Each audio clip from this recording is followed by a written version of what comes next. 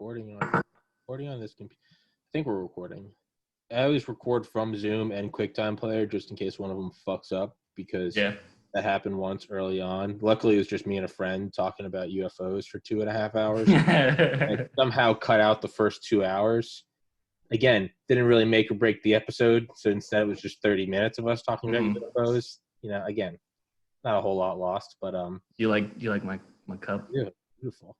So I never know when it starts recording, but I record on 2, so that was really fucking interesting. Sorry for whoever just had to sit through that. Episode 192, Forrest Mattingly, my buddy from work, who is going to teach me about Magic the Gathering, and yeah, because you started to discuss it, and the other day, and I started to get really excited, and then I was just like, shit, yeah, there's one episode, and it was very hard to hold in, but I successfully held it in, and yeah.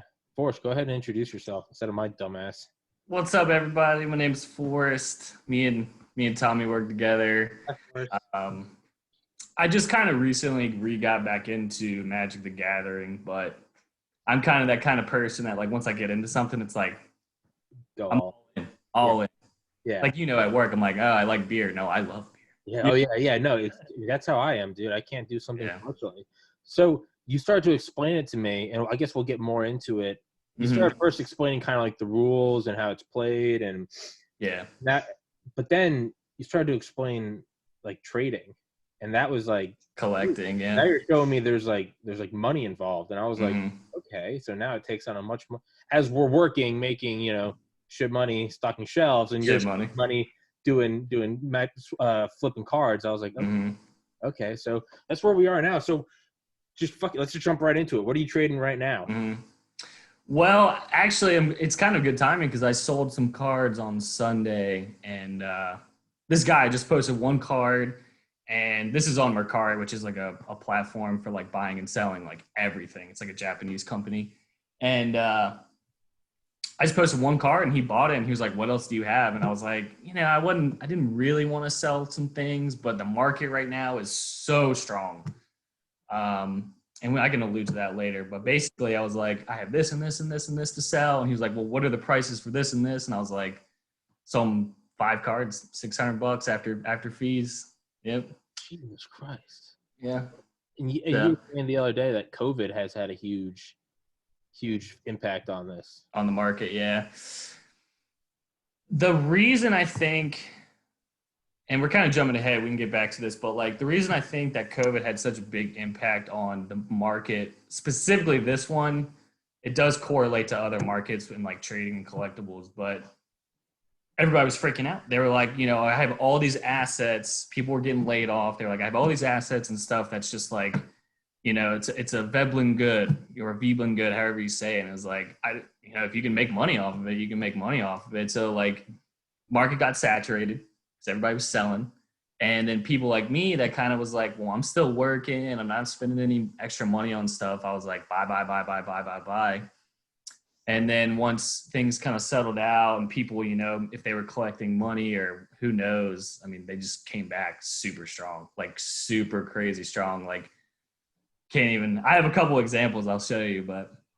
Yeah, please do. It's yeah, because you were showing me and I don't know why in my mind when you were like, yeah, buying and selling, I just had this like cryptic idea of like you in like a trench coat in some dark alley, like selling.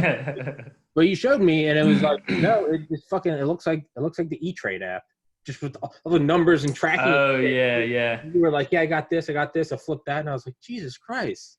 MTG Goldfish. Yeah, there's some sites, there's like MTG stocks and everything. It'll kind of show you prices of cards and where they were and where they have gone, and like it's almost like the stock market. Like you never know, you really never know. I mean, you can kind of speculate on certain things, but at the end of the day, it's like I wish I played a little bit more. I maybe would be able to speculate as an investor and a collector a little bit more, because then certain cards come out and then it makes certain vintage cards that you can pair with that like even better, and the supply and demand is so high, like supply is so low that these cards just skyrocket into the stratosphere. Have you ever thought of making like another account and like and flooding the market with like card A that goes with card be, and then come along. So sell that cards. is actually, it's funny that you brought that up because that happens. I mean, it is a market that is incredibly easy to manipulate online because let's say you buy all the big websites that carry the cards, you buy every single card that they have, right? So now there's no cards readily available to buy from like a legit source. Like you got to go to eBay. So now these guys put the cards on there for like whatever they want to sell it for. And then on those sites like MTG Goldfish, it says that it's a $12,000 card when yesterday it was like a $6,000. You're like, what the hell is going on? So yeah, I guess there's no like SEC, right? Yeah. No federal government's not tapping into this. It's dude, maybe that's like a form of cryptocurrency as we like head towards like more and like probably like an event. The guys I just had on the Delta Force guys, they were like, "Yeah, ready for the Civil War? It's coming." And I was Get prepared. God damn it!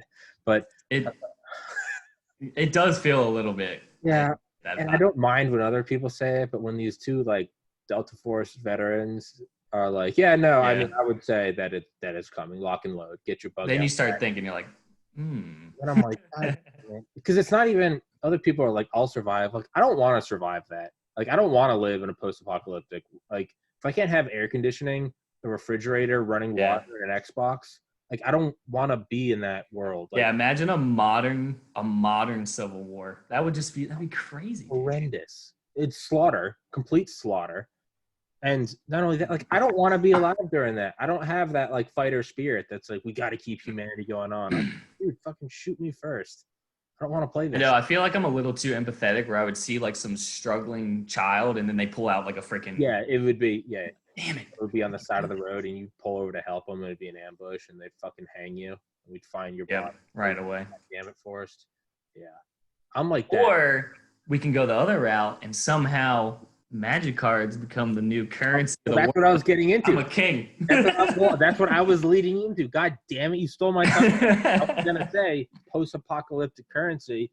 Can't do crypto if there's some fucking EMP blast and all everything online, every electronics destroyed.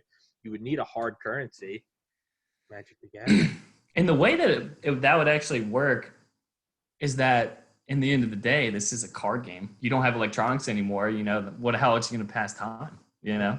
Dude, you would be a warlord. You would be, you'd be covered in like velvet and jewelry. You'd have like the only working car in Maryland. And you just, The only working car, man. Yeah, it'd be drawn by a bunch of fucking hot girls. You'd have them pulling it like horses or something. And you'd come into town, playing and shit. You'd take over the liquor store, right? Because that's a commodity. It's, So I consider myself a nerd, right? But I would imagine that, like, those like legitimate, like, cave dwelling kind of type nerds. I bet that's a serious fantasy that they've had. They really. Sure. Oh yeah. But no, that'll happen one day. Like waving with, palm trees or something. Yeah. The problem is those guys are gonna die because it's like, I mean, the majority of us are gonna die. Like, it's Civil War benefits no one. Like, no. I know we're going to do a magic episode. We're very quickly veering off into Civil War. It benefits no one, man. Nothing gets better from it. All it does is make us more susceptible to a Chinese and or Russian and or North Korean and or Iranian takeover, or at least invasion. Nothing comes from it.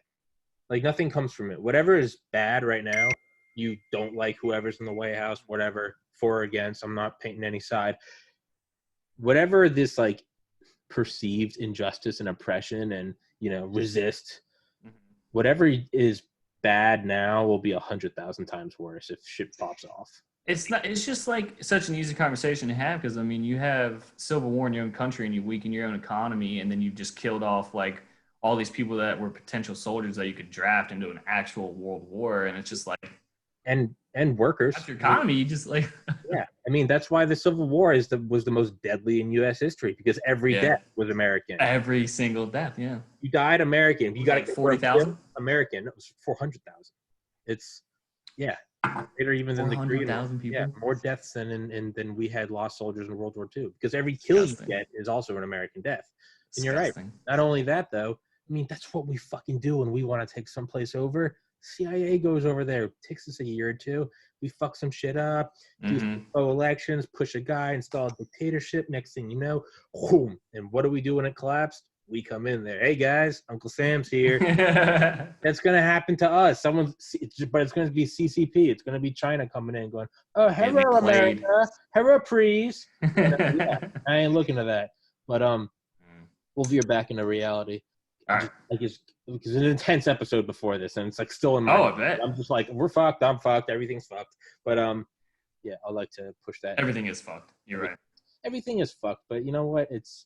Nothing can ever be truly like unfucked. Like no matter what you do, even if there's no civil war, even if you're in perfect health and you make $1 billion, you still die. Like there's nothing you can do to truly get away from it, right? So macabre of you. But to me, it's liberating. To me, that's optimistic because it's liberating. I am much more afraid of like just getting old than dying. Just because like we're in our prime, I don't want to be like some old guy. Like no, I've watched my grandmother pass away 2 years ago, but over 5-6 years, I'm like, dude, I don't want to get yeah, like my great grandfather in my arm. You know, he was 93, but I mean, I got to see him through his whole entire life, and it was like the last 3 years was like, boom, totally. I mean, like bedridden, just like couldn't take care of himself, and it was just like, yeah. What's the point? What's even the point? Well, Hunter S. Thompson committed suicide. I think he was 64, but his plan was to commit suicide at 50. And when he committed suicide at 64, I think in his letter, he said 14 years too late. He was like 14 years too late. No, it's just like such an interesting person. I actually just got into him watching like I've seen Fear and Loathing in Las Vegas a ton of times, but I like just got into watching like old interviews by him, and I'm like, this dude was fucking crazy. Dude, he's insane, dude. Like his writing, like his technique too, the way that he would like on his own. It was like, you know, well, how did that work? Yeah. He started all these rumors about Nixon because he fucking hated President Nixon. There's rumors about Nixon being like a cannibal or something. And when someone was like, where'd you hear those rumors? Or he's like, where'd you hear that? And he's like, oh, the rumors. I heard the rumors. He's like, where'd you hear the rumors? He's like, in the mirror. I said it to myself. And that's when I heard it. He would just start rumors and then be like, I heard it. In the mirror, man. Yeah. He's, but I don't know, man. Do you think that this is just a passing thing? Because you look back at like the 60s and 70s, right? Segregation, not Civil War, Vietnam War, a president gets shot in the head and we land on the moon. Like think of how in the middle of all that there's Woodstock, Cuban Missile Crisis. Like how insane is all that? And like we got through it. They were shooting black people with fire hoses. The president got shot in the head. We landed on the moon. They're protesting. National Guard opened fire at Kent State. Right? All this is happening. Meanwhile, we're fighting the Soviets with 70,000 nuclear weapons pointing at each other. And we somehow kind of we squeaked out. And then all of a sudden, it was like 2000 and 1999, and there was Britney Spears, and we were... It was Britney Spears. Good, yeah, and it was just... But that's how... And then it was cool. Like, everything was good. Cool. It was chill. That's how I look at it. I'm like, we got through that. Is right now just more insane because everyone has a camera in a social media account? I don't know. I mean, you're kind of close enough in age to me that like we kind of had the same childhood, and like I remember the early 2000s and like the early, then the late, the early 2010s or whatever we call it now, and just I don't know if it's because we were kids, but everything kind of did feel good. I mean, it felt normal and like really at that 2012, 2016 point, it was just sort of like so were we just kids? I don't know. Were we just kids? I don't know. Or was it a coincidence? Did we get older and then it really did go to shit? I don't know. I was 11 on 9/11. I mean, I guess then we invaded Afghanistan and Iraq, 2008 crisis. Who knows? Maybe if we were in our 20s, I'm 30. Maybe if it was 2000, we'd be saying we're in the shit. Yeah, I was only in second grade. And, 11. I barely remember it. I just remember because I was in Atlanta. I was in the South with you. Okay. Yeah, I was in Atlanta. I was going to one school that was near Little Five Points, like Mary. I can't remember what it's called. I went to Our Lady of the Assumption Middle School. There's Christ. That's what it's called. There's Christ the King, IHM, Immaculate Heart of Mary, St. John Newman. St. Thomas More. We were all in the Catholic school kids. We didn't interact with the public school people. we were in our little I just remember we all got pulled into the cafeteria like early in the morning, and then it was like everybody was just getting picked up, and I was like, oh.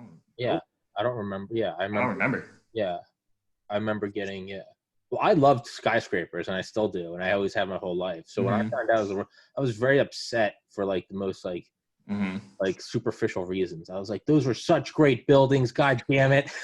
Couldn't grasp the reality. Races and bull cuts. And I'm like, a lot of people died. I get it, but I'm like, come on now. But yeah. I don't know. Do you think? I hope that. I think it will be. Maybe I'm just optimistic. I think we'll look back on 2020 and it will just kind of be like a weird, we'll look back and like, you always see it's in movies, right? You see the old woman with like the raspy voice, like, don't worry, honey, I survived the 60s. You'll be fine. So, I'm glad you brought that up. I keep seeing the best memes where it's like an old woman in a rocker and it's like, she's like, I remember I used to go see bands play live music. And the granddaughter's like, oh, you're so tired, Grandma. It's time for you to take a nap. Yeah, right? I used to go to the bars in groups of 50. Like, okay, Grandma. Okay, Grandma, time to take a nap. It's going to be like Holocaust deniers. They're going to see pictures of us at like football stadiums, and they're going to be like, that's all photos. Photoshop. No one was ever there. You can't do that. But it's going to kind of be the same way with like self-driving cars. Yeah. I used to drive.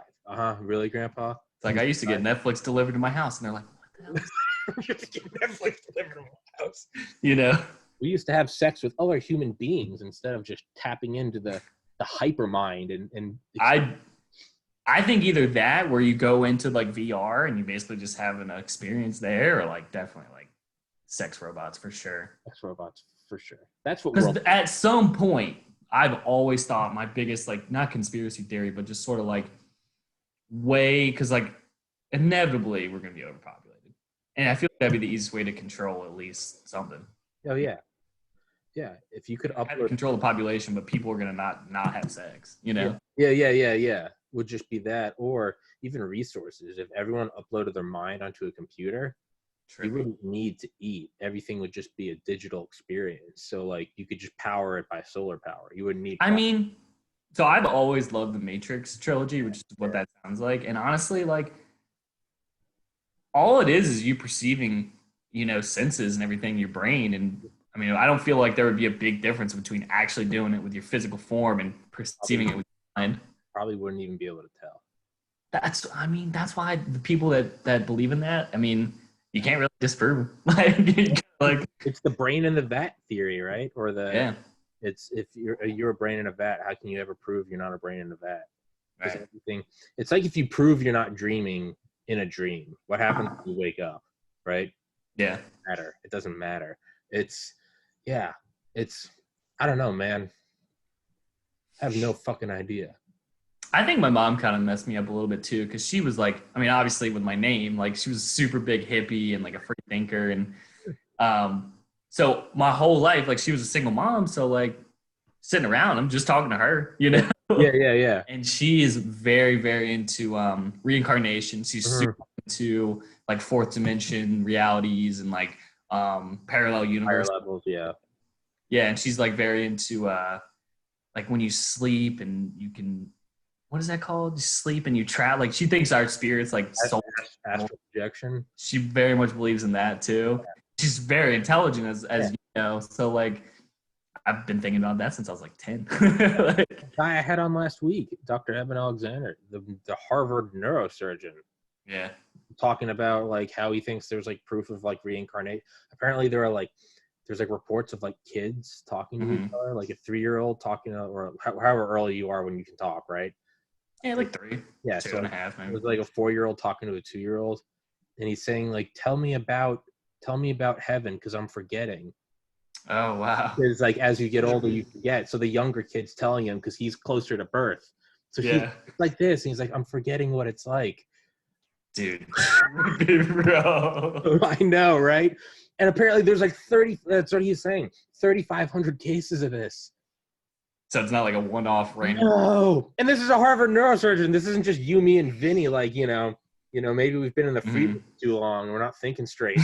My brain, I'm a little cold. Like it's enough blood in my brain. I don't know, man.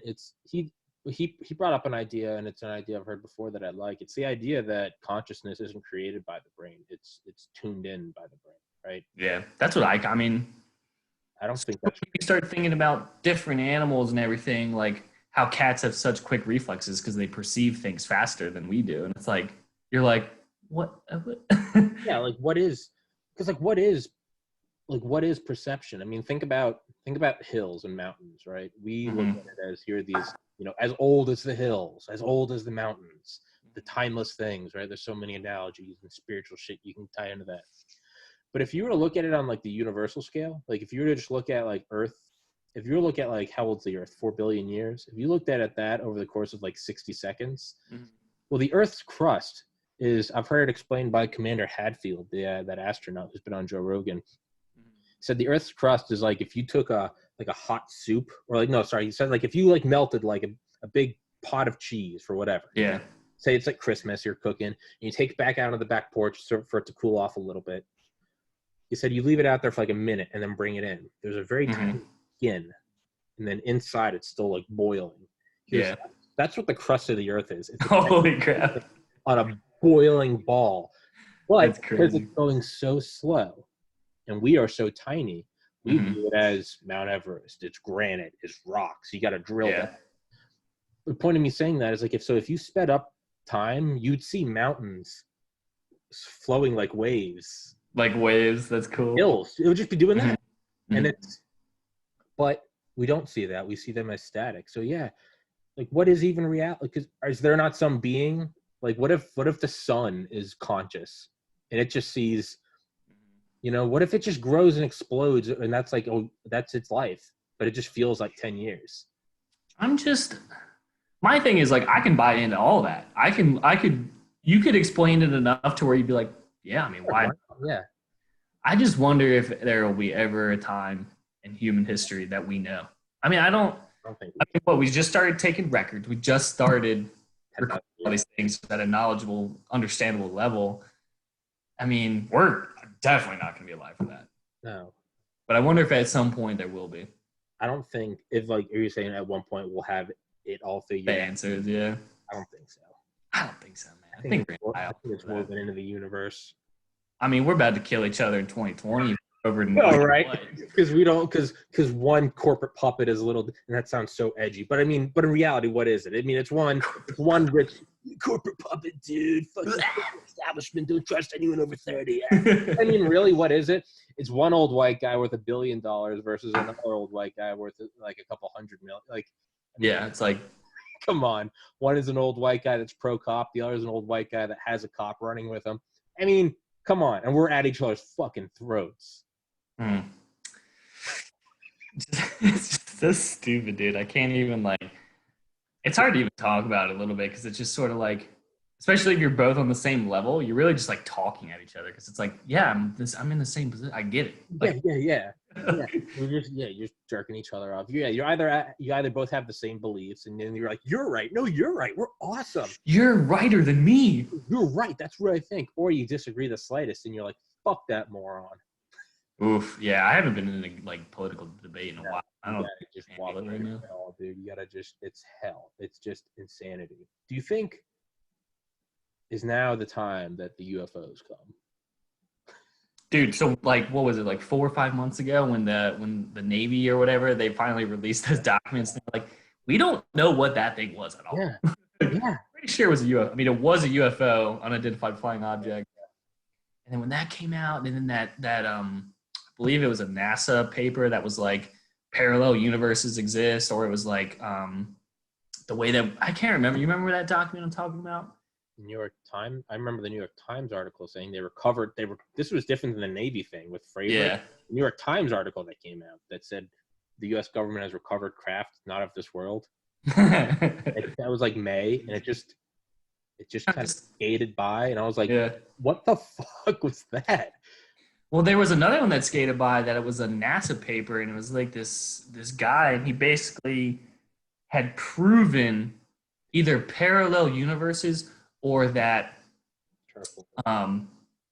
the way that we perceive reality is like, man, I can't remember what it was, but it was like the same thing. It was like UFOs, and then it was like we're all just living in a plane of existence that's not physical. It's, you know, and it was like, what the hell is going on, bro? Yeah, so here's the real truth behind the viral quote, NASA finds parallel universe.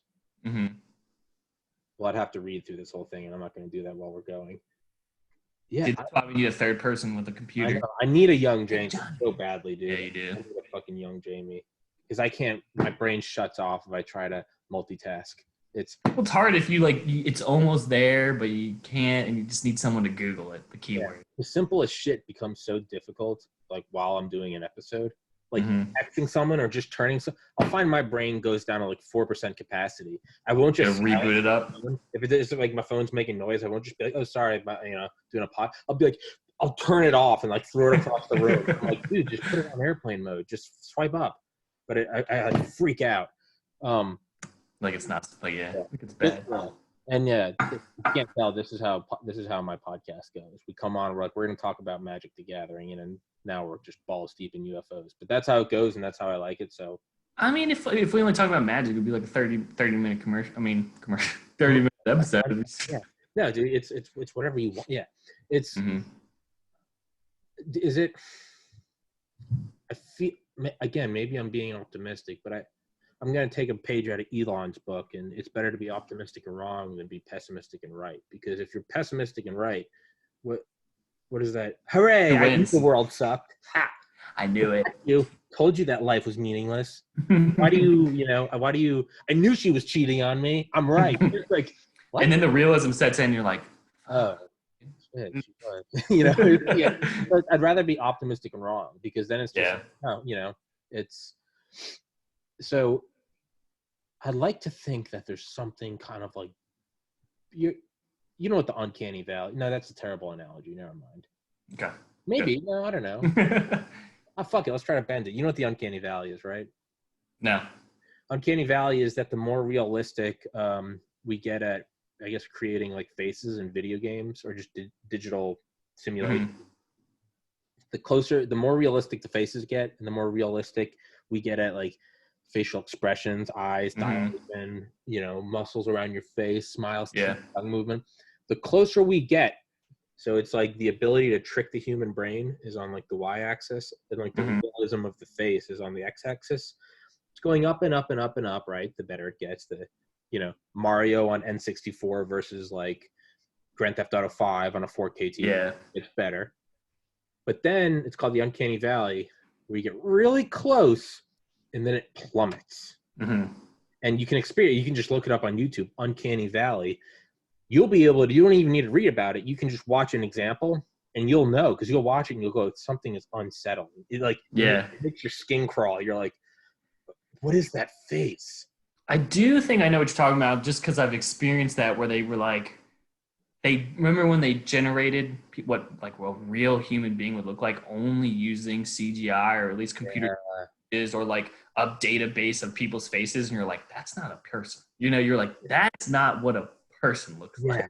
There's something you can't put your finger on it.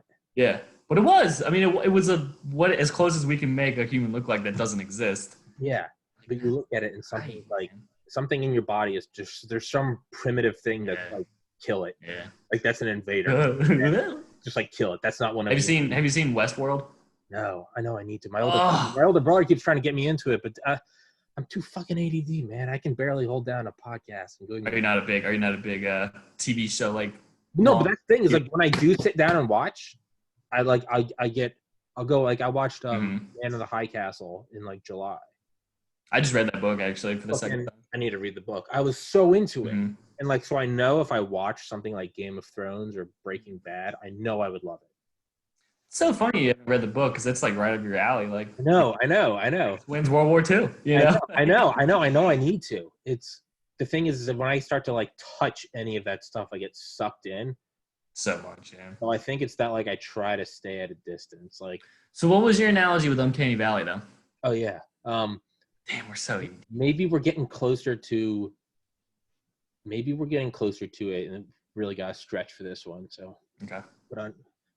Put on your moron hats. maybe no. Put on your multiple dimension. We're going into the spirit world. Open your mind. Mm-hmm. Maybe as we get closer to utopia, right? That sort of spiritual idea of like when the whole world, there's like a new age idea of like the world's going through a shift, and right, we're gonna transcend, jump to the next level, right? Maybe as we get closer to it seems like things are getting better for 2,000 years, right? Running water, flight, television, antibiotics, contraceptives, chemotherapy, hybrid cars, 4G, 5G, video games, Snapchat, right? We get better and better and better and better. And as we get really close to utopia, there's an uncanny valley where we say, fuck all this.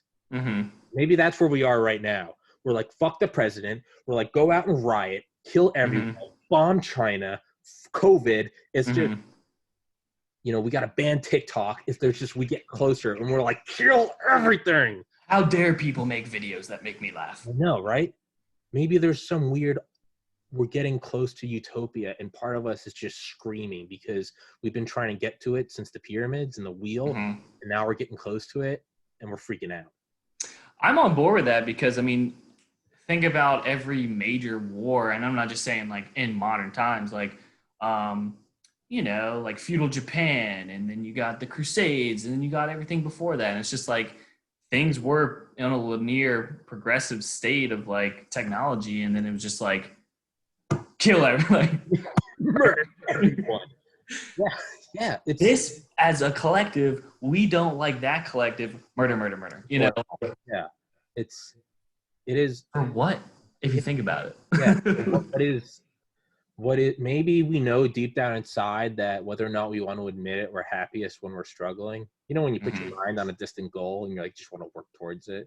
A video, the grind, it's whatever it is. I've always enjoyed the grind more than actually like succeeding. The thing is never great. When I bought my first car, it was like all I could think about, and I was saving the money, and my credit score was skyrocketing, and I was like looking up mods to do to it, and then I got it, and I had it for a year, and I sold it, and I was like, I'm over this thing, man. I'm finished. It was cool, and I was like, That's how I felt when I got into med school, man. Yeah. Like, what do I do now? I was like, I don't actually want to go. I was like, I don't want to do it. Like, it's right. It's maybe that's it. Maybe in our subconscious, we're getting close to this utopian ideal. We could have robots running on solar power, producing everything, using nanotechnology. We can link into the hive mind. So we're getting to a point where we can just jump into bliss and just orgasmic bliss. No one ever dies. There's no pain. Maybe deep down we know that we love struggle. And that was a good point, though, that you brought up, like, as we get closer to utopia with, like, all this modern medicine and, like, ease of life now. And it's just life should be pretty rad right now. Like, literally. It's amazing. It should be pretty good, but it seems like people with semi-different views on the world are just like strife, just it's corporate stooge. But I mean, when you think about it, I have bad eyesight. I should be getting eaten by a tiger, but instead I just, all right, glasses. Or if I had some money, we get a laser shot into them and they're better, right? Fucking, I mean, computer. $5,000 laser shot.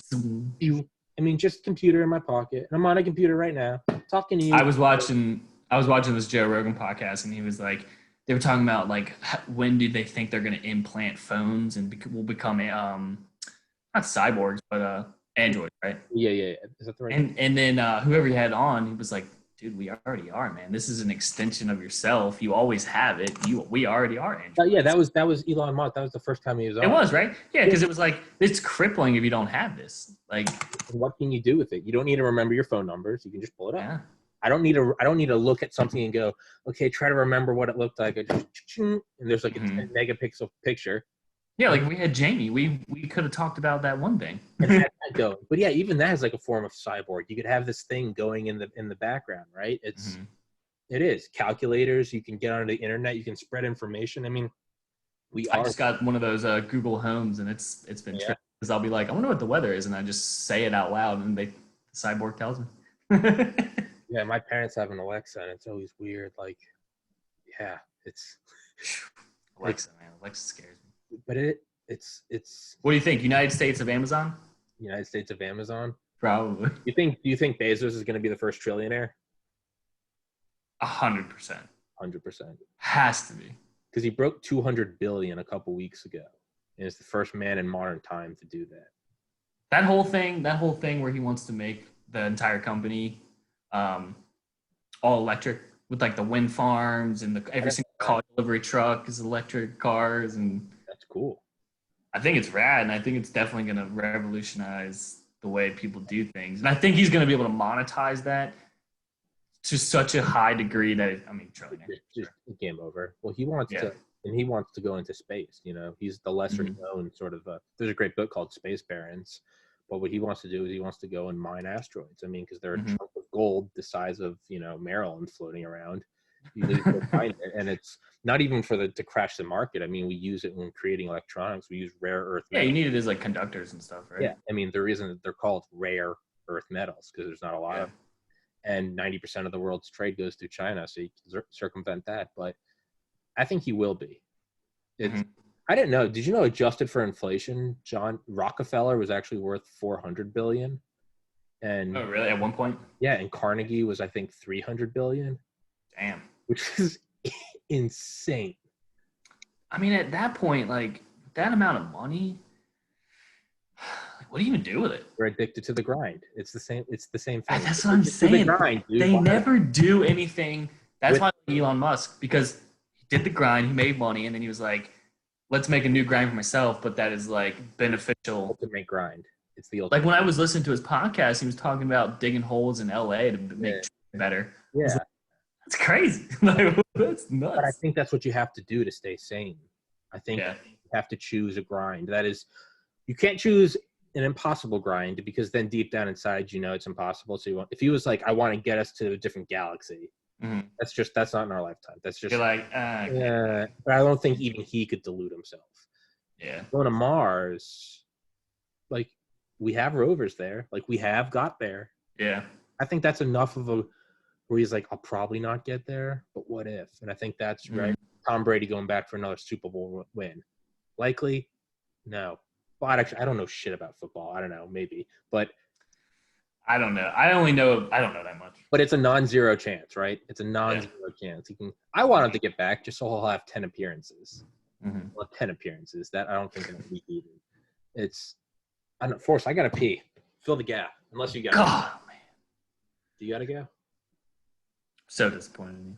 I'll go. If you don't, I normally tell people just to fill the gap so there's no dead air. You do whatever the fuck you want, Forrest. Welcome to the Forrest Show. Better pee quick. All right.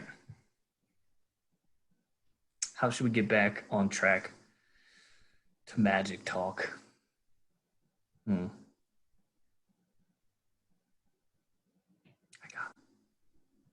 just start talking about it. That's it? Okay. Just gonna start talking about it.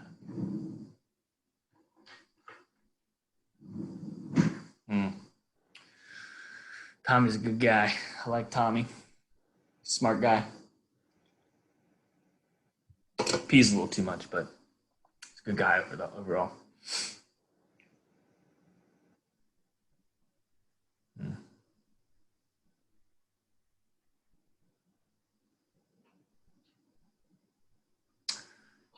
Think about aliens. Aliens. So I just checked E-Trade and the market is fucking tanking. So much. What happened? Day, dude. Battery day yesterday is supposed to be the big day where Tesla announces these new whatever batteries, and it fucking it's tanking. It's got market's tanking. Yeah, it's. Relatively not that.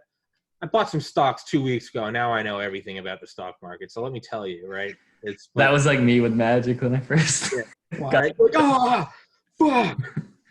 Had like $500 in cards, and I was like, they would go, like one card would lose $3, and I'd be like, sell. It's just sell. Yeah, I put in because I got my stimulus check like a month ago. That's so weird, dude. I got mine like instantly, bro. I think I got it later than everyone else in the United States. It's disgusting. But I invested that, and so yeah, it's like 1,200. But one day, like Tesla goes up a bit, and the value's at like $13.50, and I'll be like, yeah. I'm rolling in it. I've made it. It's the end. I can quit my job. I'm now a billionaire. I'm a billionaire. Like today, it's down to 900, and I'm like, it's fucking done. I gotta sell it all. Probably gotta start, slinging crack. It's the only way I'm gonna pay the bill, right? It's so Lexi told me something interesting that would like definitely bother the crap out of me. Apparently, because like her father has been married a couple times. I think it was like his first wife or second wife. He had like 2,000 shares in Apple, and he sold it to buy either like his first or second wife's wedding ring. Ooh, right. How did you use shares to buy that? Dude, I don't know, man. Time's different, bro. Maybe it was symbolic or right. And then they just got they're divorced. Oh no. Oh no. Yeah, and those shares are probably I hope I never have anything like that happen to me. Yeah, man. I think you gotta go prenup. Oh yeah. I think you have to. Mm-hmm. And it's easy because I don't have a girlfriend, so I can't, and I'm not married, never have been. I don't have kids. Mm-hmm. So I'm obviously speaking from like an armchair expert, mm-hmm. but I don't know. If you had kids, I can see where like you need to guarantee the other person because what if the guy's working nonstop for 20 years and the mom who could have been working that whole time is staying home and raising the children? And I'm sure someone's going to say I'm a Nazi for assuming that that's the role, right? There's no such thing as gender roles. Okay, well, sorry. My example, my father, the breadwinner, my mom, who was a nurse, but then put it all on pause to raise 4 children, is a wonderful mother. Shout out, Mom, I love you. Shout out all moms. Shout out all. Hashtag moms. Hashtag mom strong. Hashtag blessed. But it's right. So, but that's a real case, right? So my mom could have been a nurse for all those years, or anyone could have been a lawyer, could have been a doctor, whatever, but chose to raise the kids. And then they get separated for whatever reason. Yeah. You gotta, right? That's for one, you gotta make sure like the mother of your children is okay. But not even that, even just from like a fair standpoint, right? Yeah. Now the dad has like several children that are raised to like competent adults. Yeah. And now what? Just boots mom out, and it's like, well, you gotta fucking reimburse, right? I get that. Yeah. I get that. But for like, I don't want kids. I don't really see any reason why like I gotta cut down the better. So for me, like Lexi wants a prenup, but like if we were to ever get married, like she wants a prenup, I would probably want one as well. And it's not only because of like my assets or her assets, but also like, both of our parents are, like we're both pretty privileged, and so her mom has lots of assets, and so does my mom. We're going down to Tennessee to go to my mom's like third home or something, and so like we're going to get our parents' assets, and like what if we get divorced when we're 60? And it's like, why do you get on paper? Yeah, we're married, and it's like, well, who gets that house or this house and that house? And it's so in a way, I mean, it does make sense. Yeah, I think not getting one is you're just setting yourself up for like potential catastrophic failure. Yeah. And I also get the argument for like, well, by not getting one, that's like an actions speak louder than words, right? You're showing your commitment. But to me, I look at it as like, why does it matter? Like because if you're planning on being with someone forever, then why would it matter if you don't have a prenup? Because if you're with me forever, then you get to enjoy all of this stuff forever anyway, right? Everyone says that too. Like that is getting married and whole, and it's like, well, then why is the divorce rate 60%? Yeah, it's I don't know, man. It's hairy. I mean, I think at the base, monogamy is just not in our human nature. There's a reason it only takes 9 months to grow a child. If you were meant to only have one, it would take like 30 years. Yeah, right. It seems like that's how long like puppy love lasts, right? Doesn't it seem like that's 18 years, right? That's like an evolutionary way for the husband to stay around for 9 months just to be like, right? Infatuation. And what is it really? It's biology making you obsessed with this girl. So you're around her. In reality, you're protecting her because your offspring is growing in her. So the only thing that I don't want to happen with a utopia is I don't want it to be like The Giver, where we're all like emotionally inept because we take a pill every day and we all just, like that's the one thing. But in a way, because of biology, it seems like most of our everyday modern life problems is because of like an evolutionary need or biology, like cheating and greed and envy.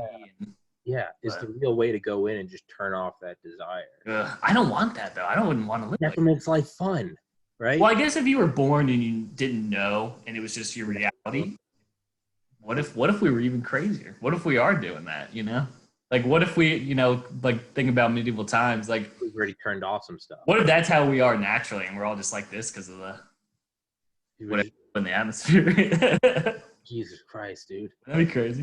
Yeah. I mean, because when we're just like, I just want to be happy. I just want to be happy. Well, even happiness is still like, I just want it to taste good. But what does taste good? It has fat and sugar. Well, why is that? Yeah. Body needs energy, right?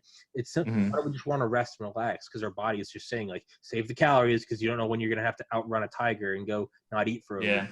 So even our concepts of, like, happiness and fulfillment are still just genetic codes, still just signatures. I wonder what humans in 30,000 years are going to be like.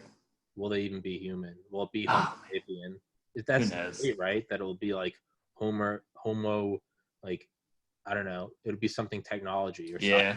We'll be a new organism. Homo cyborgus or something like that. Like, oh yeah.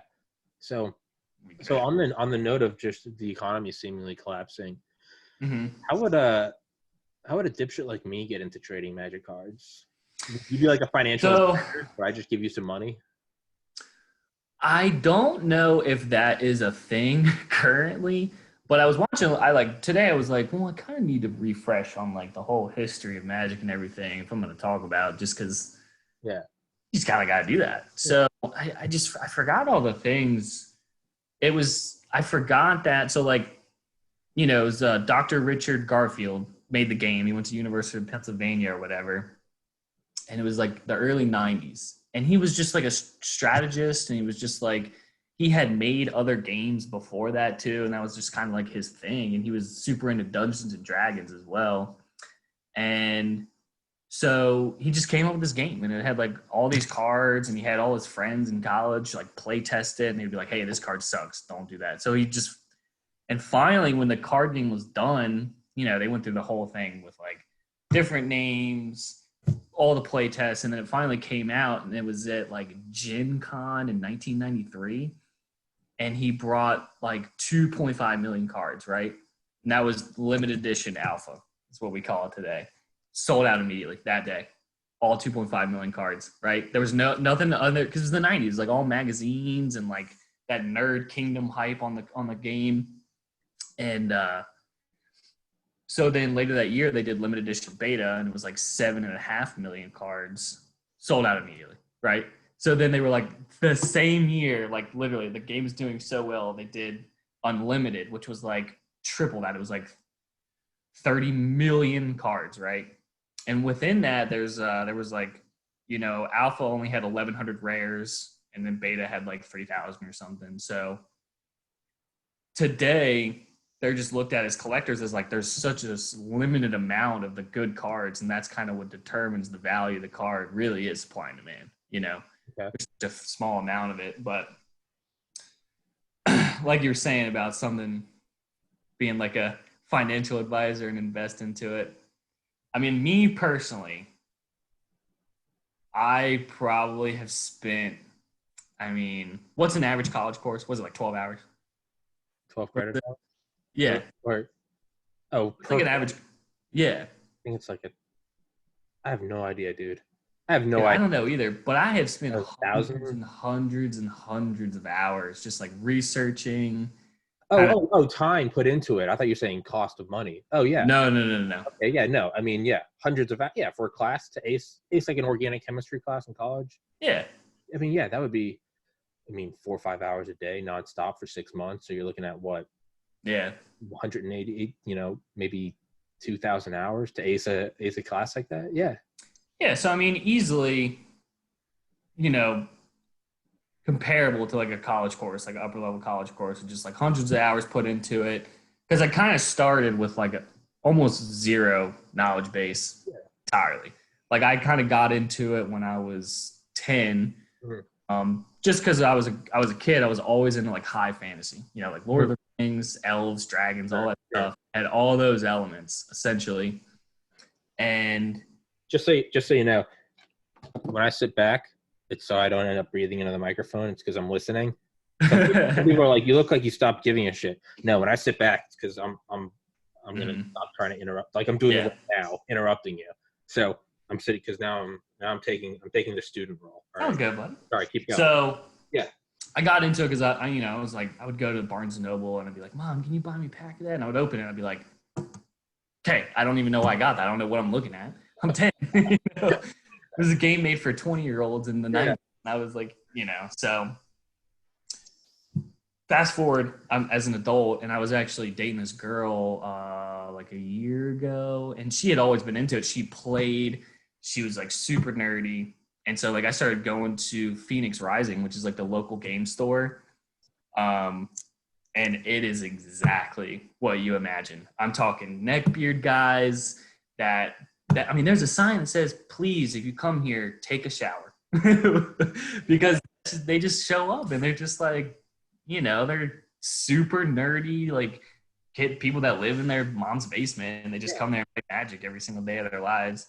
So I was just around. I'm above my parents' garage, so I can't harp on them. It's different. You wouldn't mess with. I'm talking about guys that were just like, exactly what you would think of a cliche nerdy person. Okay, yeah, sure. And so like I'd go there and they would just be all trading and playing. And at first I was like super overwhelmed, and I'm a relatively confident person. And I was like, man, you think I could go play with those guys? Like, dude, it was intimidating, to be honest. And like, so I kind of got back into it and I just started buying like modern Magic and like saw that there was value. And then I was slowly being like, as I was like looking at the value of the cards I just got, I was like, oh my gosh, like there's cards that are, like the Black Lotus, which is the most expensive card in Magic. And I was like, the last time the highest graded Alpha Black Lotus traded was like almost $500,000. And I was like, what?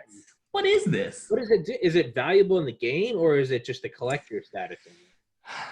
So essentially, where we are now is that card has breached into a realm of like, that one stamp where it's like inverted Jennies or something. It was like $1 million stamp, a rare coin or something where it's like, it's in that stat. Yeah, it's in the realm of like a signed baseball by like Sammy Sosa or like, Babe Ruth. The ball that Mark McGwire hit to beat the home run, kind of like that, where it's like legendary. Right? Yeah. So there is actually, in fact, that's why I kind of brought up the print runs of like Alpha, Beta, and Unlimited, is because in Alpha, there was only 2.5 million cards, and Black Lotus is a rare, and there was only ever 1,100 of each rare printed.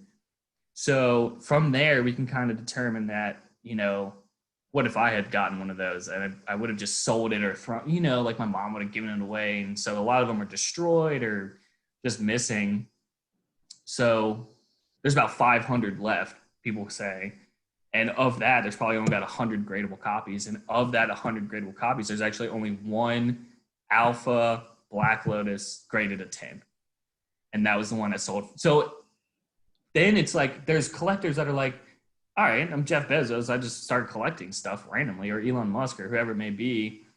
And they're like, oh, well, there's only one. That seems like a good thing to invest in, because that will always have value and it will continue every single year being the only one of something so coveted. So the game really has reached just a new level of collecting. That, like this guy, Alpha Investments. Yeah. Bought his shirt. His name is Rudy. I watch him every single day, and he went to college. He was a stockbroker on Wall Street, like full blown. 2008 hit. Obviously, he lost his job. Yeah. It was the recession, and so he just like refound his love for Magic, and was like, "Holy crap! There's a full blown realm and like market and everything that's so similar to stocks." That to him it just made sense, and now he is like the most successful, like high level multimillionaire with probably like tens of millions of dollars of product that he's just saving for a rainy day, investing in. I mean, it's just crazy, dude. Jesus. Now, how many are you said Magic. I remember you said the other day, right? But they're still coming out, right? There's still new cards. Yeah, they actually just came out with a new set the other day. I don't even bother, to be honest. Even worth touching because it's so new and abundant. So what happened was, like, Dr. Rich Garfield made the game, and it was his for a while. I mean, it set up the foundation for, like, Pokemon, Yu-Gi-Oh! It was the first collectible trading card game that ever existed. So, and it was funny because as I was watching this one video, refreshing my memory, it was like they were bringing up all the other card games that had come out, and it seemed like anything that was a successful franchise at one point had a trading card game. Star Trek, Lord of the Rings, I'm talking everything. Yeah.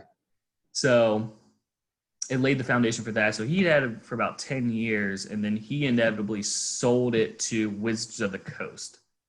And they had Dungeons and Dragons. And so from there, they had it for a while, and they just recently sold to Hasbro, which is, So now Hasbro owns it, and the whole dynamic has changed a lot. And the game is still fun, but for me, like, as someone who's sort of in it for the collectability, and for me, it's a little bit nostalgic, and it's just nice to have something that not everybody has, that has intrinsic value. Like, I mean, this is cardboard. Yeah. Yeah. This has no more value than this other piece of cardboard that is worth a penny. Yeah. One is worth $700. You know what I mean? Yeah. Like, what is that? Show me that. Tropical Island. Hold on, I'm trying to, because I got my image and I keep blocking it. Okay. So explain that to me. So this is kind of like the blue chip stocks of Magic. It's called a dual land. So, like, when you play Magic, like I explained the other day, the way you play is you have to have a mana base to play the cards. So, for instance, like Fast Bond right here. Okay. I don't know if you can see it, but up here it has a little green symbol. Yeah. So you need 1 green mana to be able to play this card. So the reason these dual lands are so good is because they were last printed in 1994, and they're the strongest lands in the game, where basically I can use this card to play either blue or green. Okay. At my discretion. So all the other cards, it's like you can use 2 mana, but it's like, oh, it does 2 damage to you, or it comes into play and you can't use it right away. You have to wait a turn. So these are like the strongest lands in the game. So they're always sought after. But this is like, remember how I said limited edition alpha, limited edition beta, and unlimited all came out in 1 year because it was so successful. So unlimited is the last time that they printed the Power 9, right? So the Power 9 is the 9 strongest cards in the game, which is Black Lotus, like I mentioned, Ancestral Recall, Time Walk, and then there's 5 Mox Jets or Mox boxes. It's like Emerald, Ruby, Sapphire, Pearl, and Jet. So that's 8. Time Twister. So it's 9. There's 9 strongest cards in the game. They were only ever printed in Alpha, Beta, Unlimited. Okay. So they're sort of like the most coveted, strongest cards in the entire game. Okay. Can you give me like a quick walkthrough? Because whoever's listening to this that does know Magic I don't want them to beat their head on the ground. Can you give me a quick walkthrough? Because you started the other day and I cut you off at work and I was like, "Fuck off, we're doing an episode." I know, it's so funny because I was like trying to bring it up. You're like, "No, shh." And then I have you on and I fucking throw UFOs down your throat for an hour. That's just I'm an asshole. I'm an idiot. But whatever. Yeah, you're explaining that you can have like your own setup, so it's obviously not like just Hold'em where you go in and you can't go in and be like, "Oh, I got my royal flush with me," right? Yeah, you can't go in and you're like, "Oh, I'm just a millionaire and I have every best card." Yeah, you can't do that. I play them all. But yeah, give me a quick run through on just like what Magic, like how to play it, just quick, just so essentially, there's a lot of different formats, but if you were just to play like standard, essentially you would just be using like the sets of Magic that are in standard rotation right now, right? So that every year sets rotate out because they make new sets, right? So you would only be able to use those cards from that certain set. It's usually about 5 or 6 in standard. You'd make the best deck you possibly could. Generally, it's about 60 cards. You have like 40 cards and then 20 lands. On average, I'm not a professional Magic card player, obviously. But then, all you need is another person to play with. And then the reason it's so popular and has gone and done so well is like, just like you mentioned with Texas Hold'em, there is chance. I mean, what if you don't draw the perfect set of cards in certain order that you need and you get beat by the other guy? So it makes it really interesting to watch. Like, you know, there's pretty big pre-COVID, there's pretty big like circuits. The best part is like you don't have to like be anybody special. You just have to show up to these tournaments and just win. Yeah. And you win, then you get on tour, and then you go through play the professional tour, and then you just. I mean, there's guys that it's like their first time on tour and they win, and then there's like, oh, you're like the best Magic card player in the world. What is like the basic? What is like the basic outline of the game? Like you started saying it the other day. Yeah. So essentially, you have when you start, you know, you draw 7 cards. Everybody draws 7 cards. You can play 1 land each turn, right? So if like I had 7 cards right here, and you know, my first turn, I'm gonna play the dual land, obviously. So then, you know, I can actually, this is one of the best cards, so I could actually tap it for green, play Fast Bond, which lets me put as many lands into play as I want each turn, which is strong. You know, I have like 4 lands in my hand. I'm like, boom, boom, boom. Now I have 5 mana, and I'm like, that's a good combo. But it does 1 damage to you for every land beyond the first that you play in a single turn. So, like, it does have a negative drawback. So essentially, it's just a turn-based strategy game. And the way to win is you each start off with 20 life.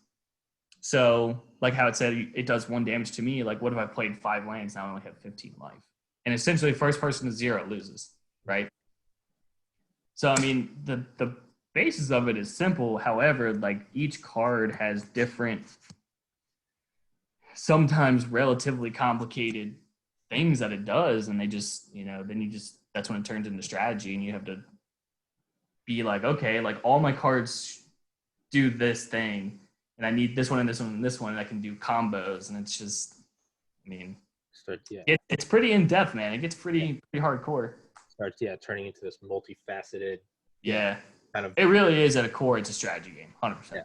Yeah, and it's. And now, is there any just like decapitation move, like a blitzkrieg, you know, like going in for that knockout in the first 4 seconds? Is there any way of that? Yeah, so like that's where Black Lotus comes in, because basically what that card does is it lets you play it for free. It doesn't cost any mana, and you sacrifice it to get 3 mana. So then you can it's basically 3 free mana, which is unheard of in the game, because that's essentially, if you were to use that in terms of playing lands like a normal game, it's 3 turns. Yeah. Just fast forward 3 turns basically. And then there are a lot of cards that are like, they cost a lot of mana, but they do a lot of damage. And you could essentially, there's a lot of combos that let you first turn win with Black Lotus. That's why it's banned in every format. Yeah, you can't play with it. Oh, I didn't know that. It's too good. It's the best card. They had to take it away. They just took it off. Yeah. So that kind of leads me into the reason there is such collectability and such a strong market for what I invest in. I mostly invest in what we call the reserve list, which was a promise all of a sudden, because, you know, they were being so successful, and they even tried to saturate the market with these really strong cards by doing multiple print runs, and it just didn't work. The game was so successful. So in efforts to sort of combat, because they messed up. They printed this thing after their first expansion set called Arabian Nights. They printed something called Chronicles, and it didn't introduce any new cards at all. So they just printed cards randomly from like the first 4 editions of the game and the first couple expansion sets, and they printed it into oblivion. Like in their head, they were just printing money. You know, they didn't even care. And so a lot of people were like, are they just going to do that with every single card? Like, what, you know? So people were like, they had a bad taste in their mouth after they printed Chronicles. Because, like, I have a ton of Chronicles up in my closet. I could burn it. I could use it for freaking cannon fire. It doesn't matter at all. Throw it in the fireplace. You know, no value. There's millions of copies out there of it. So then they came out with what they call it the reserve list, which was essentially just a promise printed in a magazine that said, we are going to select a number of cards and we won't reprint them ever again. So obviously Black Lotus was on there. a lot of the really strong cards from Alpha Beta Unlimited were on there. Like, for instance, most of the cards that I invest in are on the reserve list. So, like, Wheel of Fortune is on there. Okay. Be cool. So they only printed this 4 times ever. And so this is like a $400-something card. But if I had it in beta, it would be like $1,200. If I had it in alpha, it'd be like $3,000, you know, just because there's less and less of them. It's the same card, but that's when you get into that realm of collectability because. As opposed to playability. Yeah, exactly. Right? So better if it's alpha for playing. So reserve list, you know, the funny thing about it is pretty much every single person at Wizards of the Coast or Hasbro, whatever you want to call it now, the guy who came up with the idea, he was quoted saying, if you could go back in time and not do it, would you do it? And he said, in a heartbeat, right? Because in their mind, they're a company, and imagine how much money they would make if they reprint Black Lotus. Yeah, yeah. In a special set that they could sell for a premium with the hopes of you might get a Black Lotus. Yeah, I feel like that would ruin. Yeah, that would ruin so much authenticity, right? Yeah. So there was just a video by one of the most notorious guys in Magic. His channel is called Tolarian Academy, and he essentially went into why the reserve list is bad, why removing it wouldn't take away from the value of certain cards, right? Like the Alpha Black Lotus or whatever it may be. And he used some good examples. I actually have an example here just because I thought about it. So like the Shivan Dragon from Unlimited. Okay. Right? Great card, iconic. They reprint it almost every single year. This is not on the reserve list at all. They reprint it almost every year. They gave it away for free one year in a welcome deck. Like if you just started playing Magic, it was in there. It's like Shivan Dragon. Different art. But that version of it is like $175. And the alpha version of it's like $3,000, but it's not on the reserve list. So he just used all these examples. In a lot of ways, it would be good to remove it just because then they could reprint cards and it would, you know, they want to, at the end of the day, they want to up their player base and they want to up sales. Yeah. Because it's a company. Yeah. So it would do that, but in a lot of ways, we all just refer to it. It was like a promissory estoppel, whereas like it wasn't a legal contract, but it was a company making a promise, and they would definitely get sued by people. Yeah. Because essentially, a lot of people say, all right, so if they reprint, you know, whatever, like the dual lands, and at the time my card was worth $600, $700. They reprint it, and now it's only worth $200. Essentially, I could get $500 from them. Yeah. Lost value. Do you think you'd be able to in like court? I think it would take a long time, but just thinking of this guy, Rudy, his only investments are in reserve list cards, and the amount of money he would probably lose is like, can't even imagine. But do they have a legal obligation to, you know, or is that just on Rudy? Like, you should have invested in gold. Yeah. Like, is that on, right? Sorry, bro. Right? I invest in all Coca-Cola or Amazon, and then Bezos shuts it down and gets accused of, I don't even want to make false accusations against him. He's too rich. But, you know, whatever. Right? This false shit. Let's just say Amazon tanks. If I come out and say, well, you know, I only had Amazon investments, 99.999% of people are going to go, sucks to suck. Yeah. Right? So I think that's a little bit different just because of, remember that term promissory estoppel I said is like, it wasn't a full-blown legal contract saying that they weren't going to reprint cards, but it would hold up in court. You think so? That they're going to be like, that holds up in court? I don't know, man. That's it's hard. It would be hard to say. Yeah. I'm not a lawyer and I like Magic, so I don't know why I'm making a defensive stand right now. I'm like, no. Well, because it's easy to wrap your head around if you're in the markets at all. If you're in the stock market or if you do trade, if you do e-commerce, anything like that, it's super easy to wrap your head around. They have intrinsical value based on the market in the game, and it fluctuates. Yeah. And it's hard to tell what it does, but it's easy to read that it does fluctuate. So, like you said, you don't want to make any false accusations, but what if Jeff Bezos was like, he buys Coke, and he's like, I'm not going to get rid of Coke. And then he does. It's like, people bought all these stocks and Cokes. They're like, well, it's not going anywhere. And then all of a sudden it's gone. And they're like, okay, yeah. False advertising. There might be something like the FTC or something. It would be like, right? Yeah, I don't know. Okay. It is. It's promissory estoppel. That's what it is. Essentially. I could see that then. That's the legal term. Do you think, have you ever heard of that argument about like, you ever seen how like, I don't know which company it is, Ubisoft or EA. I don't know if EA. One of those big ones, Activision probably. Yeah, it's but it's the downgrading of games. So they'll reveal, like for instance, the game I'm playing right now again. It's a great game. I play games and listen to audiobooks. So I love just having long con, what free sandbox games. You gotta go collect all the whatevers to get them. It doesn't matter. It's the grind. Oh, trust me, I played World of Warcraft for like 8 years. Okay, yeah. It's something that I love to put on, and that's how I listen to audiobooks. Point being is I've seen videos on YouTube where we'll have the game at whatever fucking gaming convention or commercial, whatever. Here it is. Yeah. And then they'll go back and do the actual E3. Yeah. There we go. I'm fucking having a stroke today.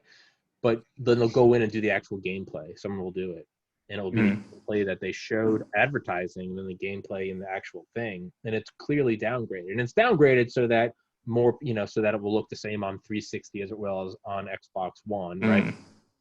But it's also to broaden the market. They don't want to just show this awesome game to people with crazy gaming rigs, right? Because they want to get everyone like me. Yeah. I'm a console plebeian, right? I don't have a pleb.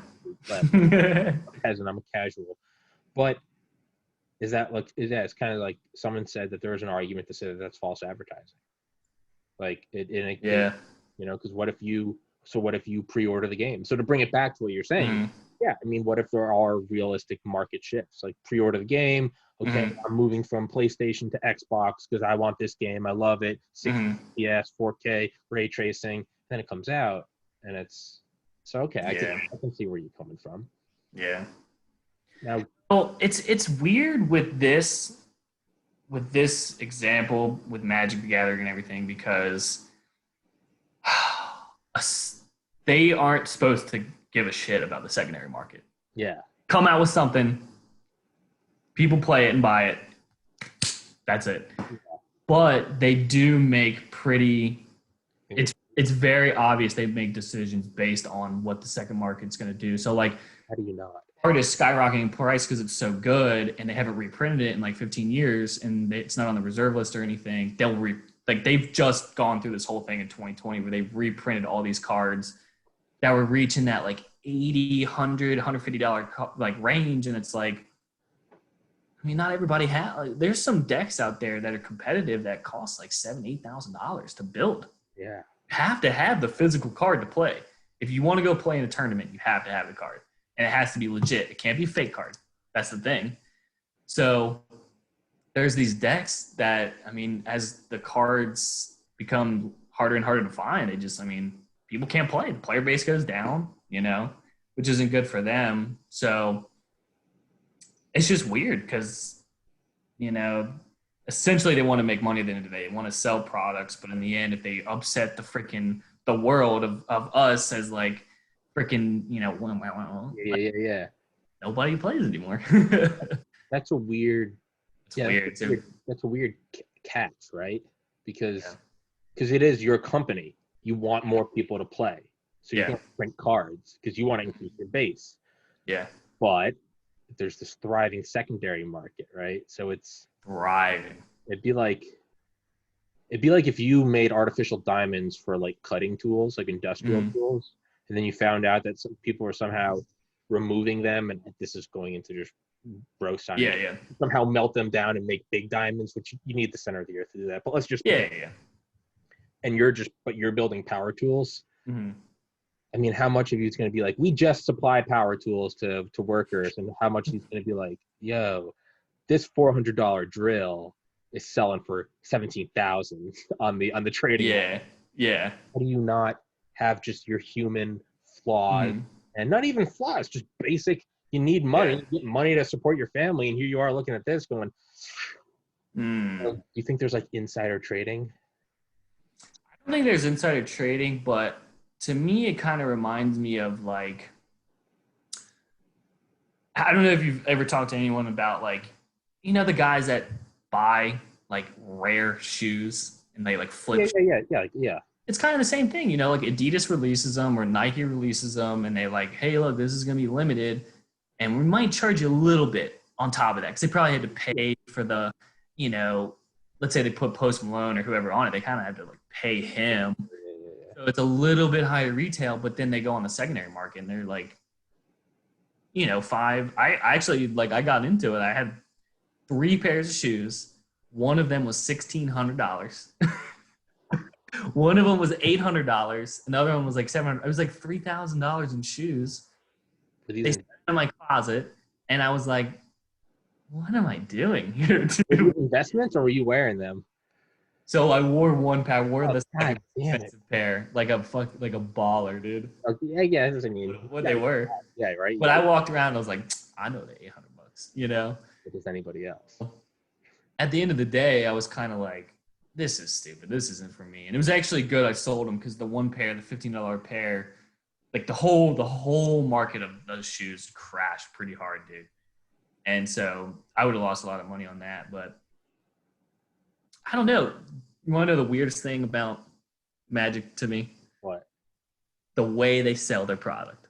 It makes no sense in a retail standpoint. So Papa Hasbro, as we call them. All right. They rent or I don't know what they do, but all these printing companies, right? And these printing companies, they make the cards they put in orders for like, let's say 3,000 booster boxes, right? And it's X amount of dollars. So then Papa Hasbro now houses all these cards and then they have to have middlemen distribution companies as like Maryland with alcohol, distribution companies distribute them to retail stores. So it's the same thing. It's like really regulated and regimented. So like if you were to own a local game store, you would have to buy it from a middleman distribution company. You don't buy anything from Hasbro at all. So they basically control how much you can buy, how often you can buy it. But the another strange thing is that the local game store model as a business is horrible, dude. Wow. I would say like 50% in the last year of local game stores all went out of business. You have way too much overhead. Basically, they're run by people that are like, I love board games, I love cards, I love Warhammer and Dungeons and Dragons, and they open a storefront, and then all of a sudden they're $100,000 in debt with all this overhead. And one guy comes in, doesn't buy anything. They buy a Monster Energy drink and play Magic all night, and that's it. And they don't buy anything. It is the worst business model, but that is the only way to get their product to them on the market is these local game stores. It's so weird, dude. I don't know how they make money. That's brutal, dude. Yeah. It would be like us buying liquor from a distribution company, having no intent to pay them back because none of the liquor sells. And just sits there. And then we go out of business. Yeah. And then the company buys it back from you at a loss. It's so weird, dude. It'd be like if only the bar was open at the liquor store, and you have like $1 million of product around them. $1 million, but they're just buying natties. Yeah, natties, dude. Natties. Because that's like the average person. They go in, pitcher and natty. Yeah. When I was going to the Phoenix Rising in Salisbury, it'd be like 12 dudes in there. Nobody buys anything, and they just sit there in the back and play Magic all night. And you got like 2 guys coming in and buying comics. I mean, it's the comic book store is what it is. It's the local LGS, you got comics, all that. And I would come in and just like buy like 3 packs of Magic. And I'm like, how the hell are these guys staying open? Like, where are you guys making any money, dude? And behind the counter, they have alphabetized Magic cards, and they probably have like $300,000 in Magic cards just to sell to people that are trying to make decks. It's so strange. But it is strange because I feel like just in general, brick and mortar stores for anything other than like staples. I don't mean like staples. I mean like food, water, right? Yeah. I feel like that's all kind of going out, right? Because now if you can just go buy on Amazon, why would you run a store with inventory? Yeah. Why would you sit there and hope someone buys these bananas before they go bad? Mm-hmm. Right. And in a lot of these stores too, like Rudy, he has a storefront physically in Florida. but also he does 90% of his business on eBay. Yeah. You know what I mean? Like if you're not inventorying your cards that you have online and selling them online to people, like you're going under. Like I almost think Phoenix Rising might have gone up. They might have gone under over the 2020, man. I mean, I love those guys over there, but like their business model makes no sense to me because they don't have any online inventory at all. They basically just pray for people to come in and buy single cards. Then the pandemic comes, and now people can't go anywhere. Jesus Christ, dude. Yeah, that's insane. But it used to be a good business model. So it is sort of the same way with like just small businesses and in general with e-commerce. They're all kind of getting phased out because in a lot of ways it doesn't make sense to none of it pay a higher premium just because it's the physical. Yeah, paying someone to stay behind the cashier or the cash register. You got to have the lights on. You're paying insurance on the property. Like, or you can just have Amazon drop it at your front door. Right. I mean, I almost think coming up, I almost think that like liquor stores are going to be the only places where that like that and groceries, gas are going to be like the only things you like literally have to go out and get. Yeah, I would say like pharmacies, right? Yeah, like we can come up with couple different things, but exceptions. We're talking state regulated things, or at least federally regulated things. You know, they would come together to make sure that no one sells out and goes to Amazon, right? It would be like a rat. You'd be like, no one fucking make a liquor deal with Amazon. Because if you then it would turn into a fucking organized crime, dude. Then it would literally be the United States of Amazon. I mean, slowly, over time. But surely, man. I mean, what? I got to piss again. Forrest, can you keep going for a little bit? Yeah, I'm good. I want to pee too, though. All right. Piss break. Everybody piss break. Fast forward 30 seconds, 40 seconds. I don't know. Do whatever you want, people.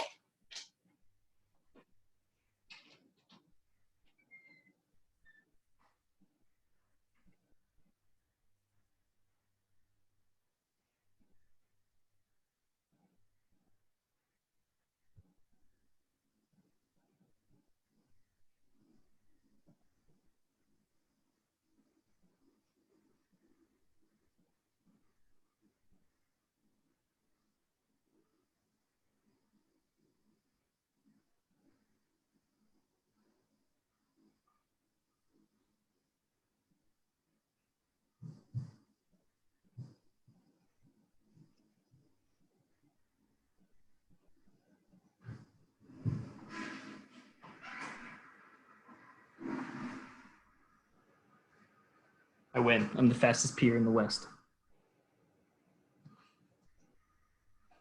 Fastest peer in the West. Feels so bad for my girlfriend. She's upstairs, stuck with my dog, my giant German Shepherd. You can hear him upstairs. Oh, man. He is the most needy damn dog. Let's see. How much money am I holding in my hands? Between 4, 6, 9 cards. All right, so 300, 180, 780. This is cheap.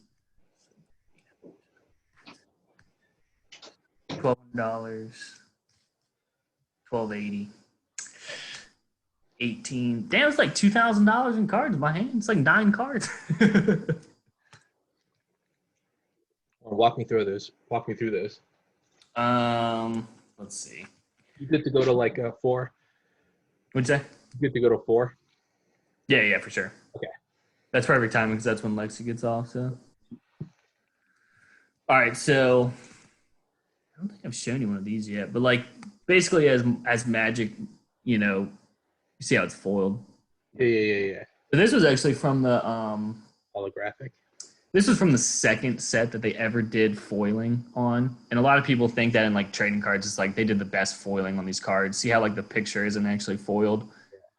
So like normally non-foil, this card's only like $50, but this is like $350 right here.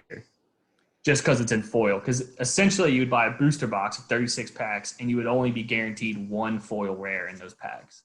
I remember my little brother and I getting a pack. Yeah. Convinced my mom to buy a pack of Pokemon cards. Yeah. Like 3rd grade in New Hampshire. I went to a gas station. and she finally should never get stupid purchases, right? Broke down. Finally, she was like, "Fine, like you can get it, special night." And we got it, and there's like 10 cards in the pack. And I remember we got a holographic Charizard. And I just remember we were just screaming, Charizard! My mom, I remember we were driving home. My mom was like, and because we were just screaming, like freaking out. Yeah, and neither of us knew how to play Pokemon, but we knew. You knew Charizard. We knew Charizard. Yeah, like, Charizard. Just so like I know so much about like collecting cards that like it was most likely, unless it wasn't one of the first 3 sets, like basically with Magic, if it wasn't like first edition base set or like unlimited base set or like shadowless. I mean, an unlimited edition holographic Charizard is like $5,000. Jesus. Yeah. The base set first edition holographic Charizard is the most expensive. Okay. Second most expensive. It's the most expensive English Pokemon card in the world. There's like one perfect 10, and I think it's valued over like almost $200,000. It's disgusting, dude. We both probably had these cards. I had one. This was like late '99, early 2000. Yeah, it was probably it was definitely a base set iteration. Fuck.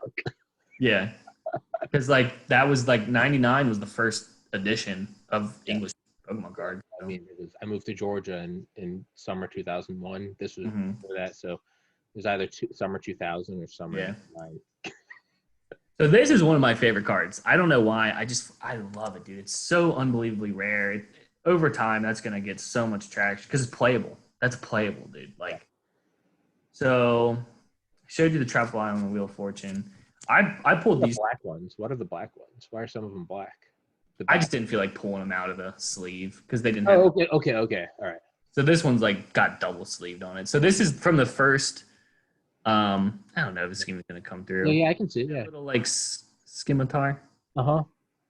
So that's the first expansion set. So before that, it was all the same exact cards, right? Alphabet Unlimited, same 302 cards, right? And then Arabian Nights came out. And it was like the first, like every card was different. They're all brand new cards. And it was all like, as you can see, it was all kind of like Middle Eastern style kind of. So a lot of cards from there just got banned too because of racial sensitivity. Actually, they had a card called Jihad. They had another card called Stone Throwing Devils, right? Which apparently is a derogatory term against either Pakistani people or never even heard it. That's like a real thing that it's like a slur. Yeah. So they had another one. Oh my God, the worst one. The worst one was Invoke Prejudice, and it had a guy with like a sickle, and he had a fucking KKK thing on, and it was called Invoke Prejudice. So interesting happened after all these cards got banned. They all skyrocketed. Of course, as with everything that gets banned. Dude, I'm not even kidding. Like this one card, it was called like Pradish Gypsies or something. You know. Shit talking gypsies for some reason. These on Magic cards. You know, it went from like being worth nothing, basically, unless you were a set collector and you just were like, oh, I gotta buy one, like $2, to like trading on the market for like $40. And people were buying them all day. That Prejudice card was a playable card from Legends, I believe. And it went from like $200 to $300. You're selling for like double that now, $500-$600. And they banned it in the sense of Wizards of the Coast doesn't even acknowledge that it was a card that ever existed. They took it off their websites. Almost every market page took it off their database. Like it's gone. So full 1984. They just don't acknowledge it. They just don't acknowledge it. They're just like, That's so Arabian Nights first. Is that one banned? This one is not banned. This is my boy. I feel like I kind of look like him a little bit. Alex from Cairo. So that's the first expansion set.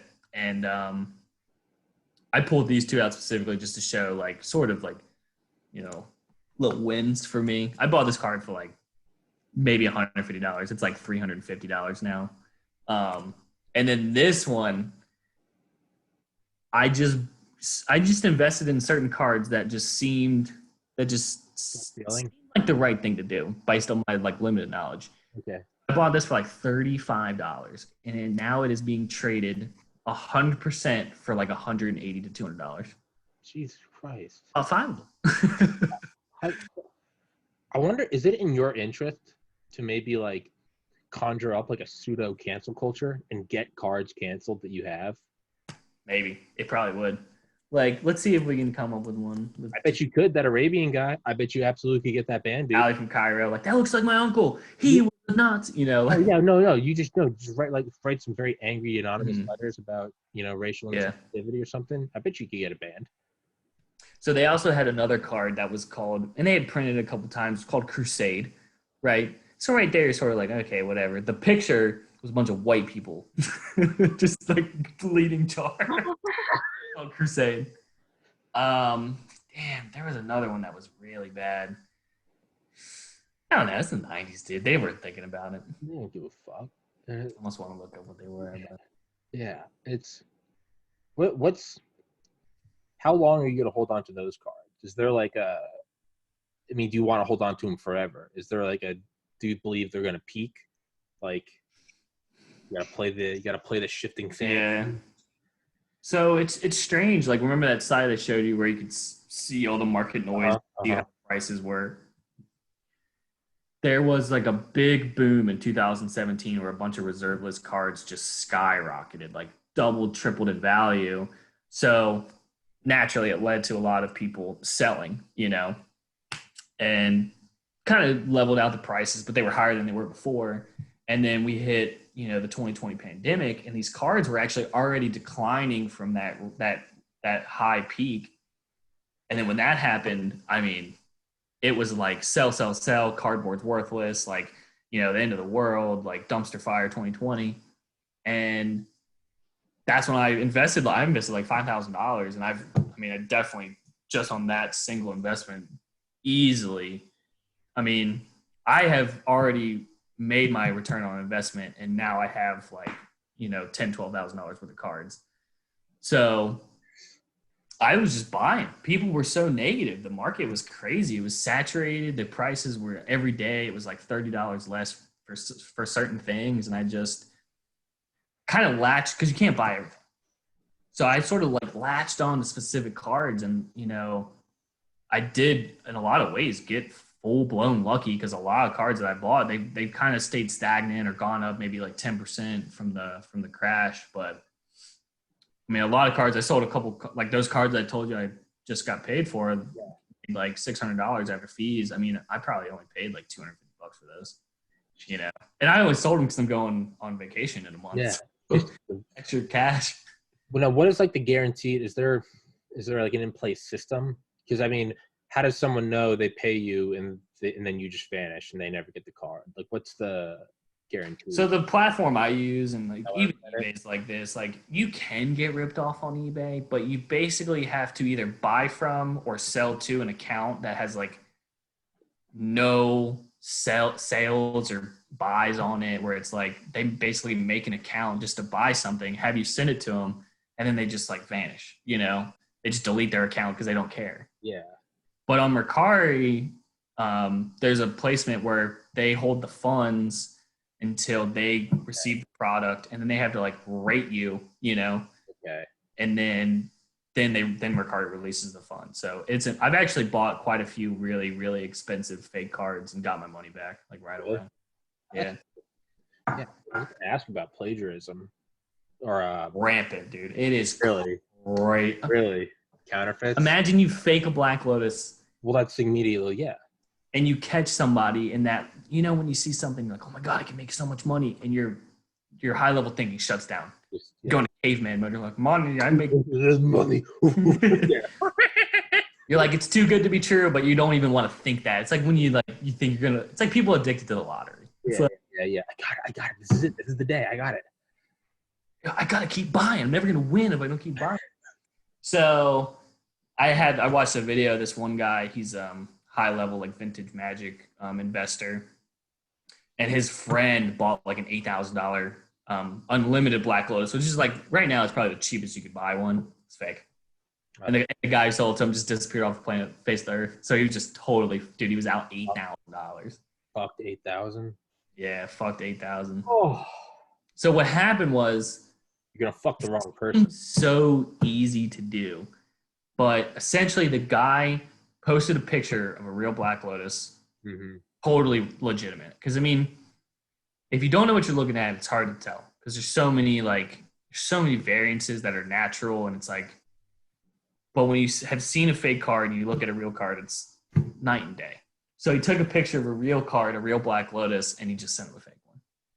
You know, and with eBay, you can't make a return, like you can't make like a refund, whatever, after 7 days from the purchase. So like the guy got the funds and just deleted his account, just totally like probably had fake info on the entire thing, you know. Got the money, took it out, deleted, closed the bank. I mean, an $8,000 con, you know. That's going to be a John Wick movie. He's going to sell the wrong card to the wrong person. Yeah. Well, you know the Koch brothers, Koch. I think one of them died recently, but they're like in the 80s, billionaire brothers. I mean, they're almost like cartoonish evil figures, right? Old rich white guys buying politics. They're just, just fucking. They're almost too hilarious to be true, and I mean that in like in a negative way. But I was watching this documentary on like fake wine, and like, and this guy got and one of the counterfeit bottles of like was supposed to be Thomas Jefferson's or something. Well, it got sold to that Charles Koch. Oh shit! And that wasn't good because he didn't like being made a fool. And this guy's worth $40 billion. So I mean, this guy ended up employing like these like ex-CIA guys. Well, no, they hunted him down. The guy got swatted. He was in jail. Damn. All of his shit seized. Eventually, you're gonna sell to the wrong guy. You're gonna sell to be like, for all you know, fucking Mark Zuckerberg's gotten all the ego where he loves trading magic, but he doesn't get to play who he is because people would charge him a lot. Yeah, we're gonna sell Mark Zuckerberg a fake Black Lotus. Yeah, he's gonna get some politicians. So that I'm glad you brought that up because that little documentary I was watching, it was about liars, about the Black Lotus. Yeah. And it was just on YouTube. Like this guy made it probably for college or something, and he just went into the whole world of like high end collectibles, and I mean like the whole like inverted Jennies, like one of this nice pristine, it sold for $1.2 million. Just a stamp. Jesus. There was another stamp. I think it was like called the Magenta, and it was like it's deemed the most expensive thing by weight because it was $9.2, and it's like this big. And 1.2 million. Card that was like it was this baseball card. It's like the T26, T206. I can't remember what it is, but it's like the most coveted, rare, expensive. It's like a baseball card from like the 50s out of a newspaper or something. It's like so crazy. Right. And it kept getting traded, and this one guy bought it for like 50 grand, and he trimmed the edges to make it look good, and someone noticed, and he got caught and went to jail for 20 months. Like a year and a half. He's like multi-millionaire who like he kind of like made the card look a little better by trimming off the dirty parts of the card, and someone noticed and he got caught, and it was like massive fraud because he sold it for like $1 million. It looked more pristine. So it was like insane fraud just for that. Jesus Christ, yeah. And the funny thing too is it was showing like who buys these things, and it was like owners of football and baseball teams, and like high level entrepreneurs and investors. Like they just see these things as like opportunities to make money in the long term because it's just or childhood passions that now they've got the money to go for. Right? Yeah, like with Rudy, I mean, he was just childhood passion. He had played. He is a player, and he just saw the opportunity to be like, all right, well, I'm going to walk away from Wall Street as a stockbroker, licensed stockbroker, and just invest in this. Because in a lot of ways, I mean, you don't pay taxes on it. Like, the government doesn't have their hands in it. I mean, not yet, knock on wood. I mean, but dude, Jeff Bezos was like, he was a fucking space nerd growing up. And as he got his billions, he started just, collecting all the artifacts. But he talks about, or they talk in the book Space Barons, like an interview with him. He talks about like not having enough money. He remembers back in the 90s, if he had an auction and someone would outbid him. Yeah. Damn it. But then he contracted a ship with a full crew, and they went out and actually pulled up one of the original Saturn V engines from the ocean floor. Holy shit. He had the money to just fucking, I don't need to go to auction. He's like, I create the shit that people auction now. Yeah. So it might just not be, it might not be just assets. It might be someone that just has the money to just go for their childhood dream, can do whatever they want. And someone's going to sell them a fake Black Lotus. Yep. And Bezos is gonna fucking hire mercenaries. What's interesting to me too about that Black Lotus, especially the Alpha one, last time it was traded and sold, it was like $400,000, right? Which for something as rare as that, it's not that high. And people are always like, I guarantee for a fact that was probably one of the best investments whoever bought it ever had, because that card will reach a level where he can now set his price, right? So he has history of, it was at one point worth $400,000 because I paid it, right? Yeah. So I guarantee he could probably sell it today. Maybe not with the market. I guarantee he can sell it for $1 million. I mean, there's about a year from now. Say the pandemic ends. There's no civil war. Next summer. Next summer. That's a big if. That's a big if. That's a bull move, Cotton. Let's see how it plays out. But it's next summer. So let's just say things go to, or whatever. Just don't even do what if. Let's just go December 2019. How much is that? December 2019, honestly, it probably would have only been worth like $600,000 because the market was. Oh, yeah. And going into 2020, but like best case scenario, in 5 years, that card is easily sold for $1 million. 20 years down the road, it's still the only one. It will always be the only one. It's something so rare and limited and like nostalgic. I mean, there's like 30 million people that play Magic currently. Yeah. It's big. It's a big thing. It's not a fad. I mean, that thing will be one of those things that's in a museum. It's like, yeah, it's 100%, like no question. Yeah, and it's the only one that has, it's the only one that has it's a perfect 10, right? Perfect 10, yeah. So what's the Alpha quality? Just like it's not bent, it's not. Yeah, so I don't think it's gonna come through on camera, but basically what happens was, nobody knew that it was going to be something so collectible and investable. So like kids played with them, Yeah. And the grease and you know, got it on the surface. It's cardboard, it scratches, ding the corners. So like essentially it would have had to been someone that bought it, got it, never put away. They just didn't. Like those people that bought, actually or something. Yeah, and they just left it in the box. They just fucking left it in the three. And now there's only 5 left in a box because it's like, why the fuck do you leave that toy in a box? Ever watch Cat Dog? Do you remember that show on Nickelodeon? Yeah. My brother texted me the other day. He was like, "You remember Cat Dog?" And I don't know why it's in my head now. But there was like an episode back in this was like 2000. But it was, they get into trading something. I think there was kind of like a parody about like Beanie Babies. But eventually, like one of the guys has this like, it's almost like a nuclear vault. He goes down. It has like, there's no lighting. It's all air conditioned, filtered air. It has them all behind like a plastic shield, and it's like you can't even go in there. It's like a robot arm goes in and pulls out the box you want, and it's So that's the only 10. It's the only one of an Alpha. There's only one. I mean, it's the only 10. The reason there's only one, not only is people playing with them, they're just half of them got destroyed right off the bat just because of like life. It was just life, dude. So print quality, the printers aren't perfect either. So like there was roller marks on them. A lot of them were like super off centered, which won't get you a 10 because now it's the centering isn't perfect.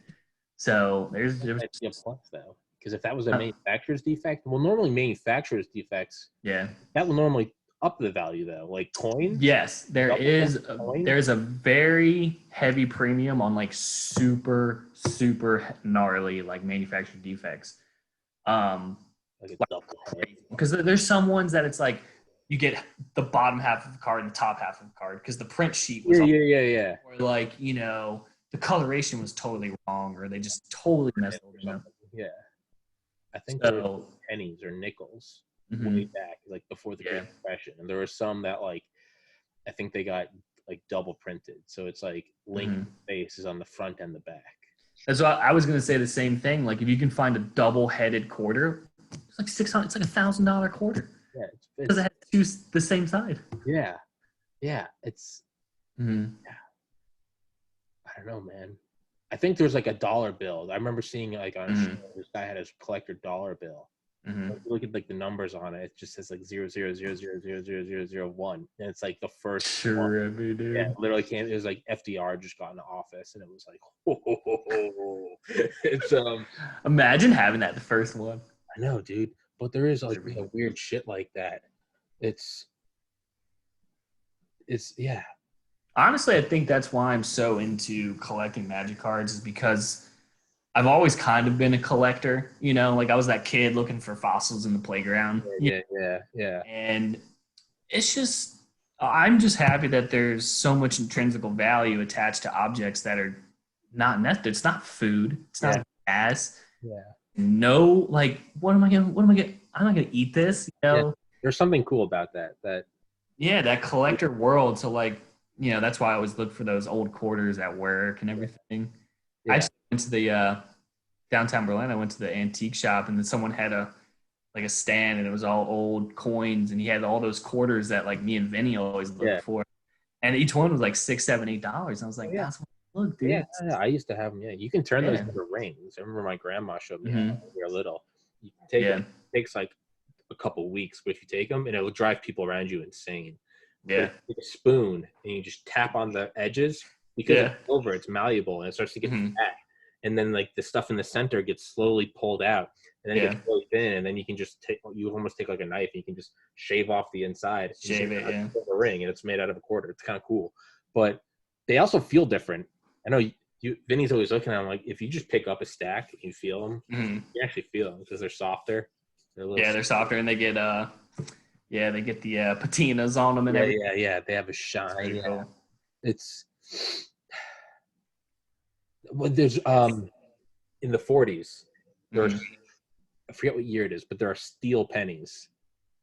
There's a couple steel pennies because you had to use they had to use the copper for the war effort. They're steel pennies. I think that's those are nice. That's bad. That's why, you know, that wine that we have at work called Mercury Head. That's an orange. I bought one for my mom for her birthday. You got one? Yeah, I bought it.